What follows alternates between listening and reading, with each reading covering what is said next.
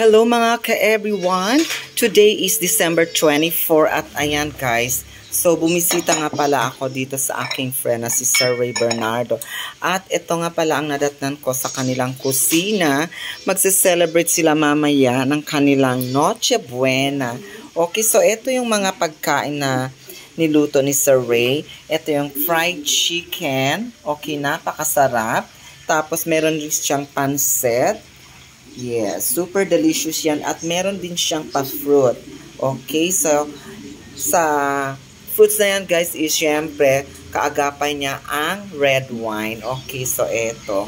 So, napaka-enjoy siguro mamaya ng Noche Buena ni Sir Ray. At saka meron din siyang tasty bread.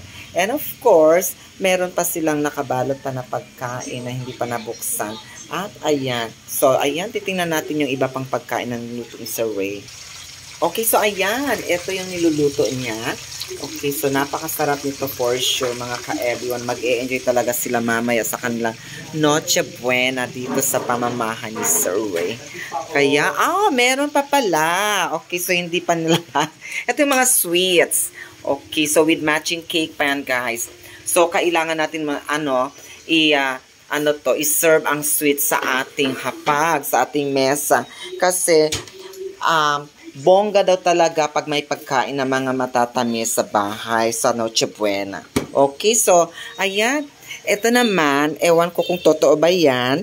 Yung pagluluto ng pansit sapag is, daw yan siya, pang long life. Okay, so, ayan.